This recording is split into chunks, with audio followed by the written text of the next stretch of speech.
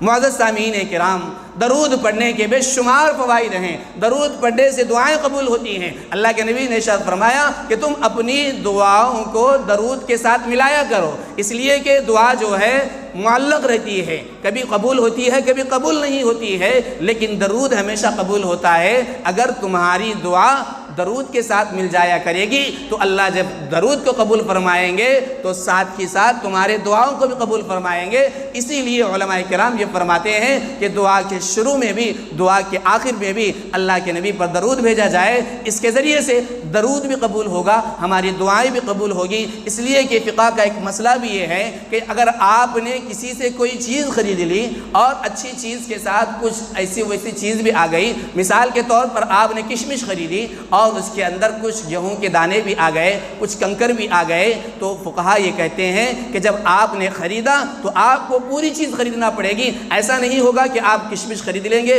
ایک دو جو دانے ہوں گے یا کنکر ہوں گے اس کو نکال دیں گے، ایسا نہیں۔ اگر خریدنا ہے تو اچھے کے ساتھ ان تمام چیزوں کو بھی لینا ہوگا۔ ٹھیک اسی طریقے سے اللہ تبارک و تعالیٰ جب درود کو قبول فرماتے ہیں، ساتھ میں جو دعائیں جاتی ہیں، اللہ تبارک و تعالیٰ تو بڑے کریم ہیں، بڑے سخی ہیں، اور اللہ کی رحمت بہت ہی چھائی ہوئی ہے۔ اللہ اپنے بندوں سے بہت ہی محبت فرمانے والے ہیں۔ درود کے صدقے میں انشاءاللہ اللہ تبارک و تعالیٰ دعاؤں کو بھی قبول فرمائیں گے۔ عازرین گرامی، اللہ کے نبی علیہ السلام نے اور ایک حدیث میں ارشاد فرمایا کہ جمعہ کے دن مجھ پر کثرت سے درود بھیجا کرو، اس لیے کہ جمعہ کے دن کا جو درود ہوتا ہے وہ براہ راست مجھ پر پیش کیا جاتا ہے اور میں اس کا جواب دیا کرتا ہوں۔ اور رسول اللہ صلی اللہ علیہ وسلم نے ایک مرتبہ حضرت علی رضی اللہ تعالیٰ عنہ سے ارشاد فرمایا کہ علی،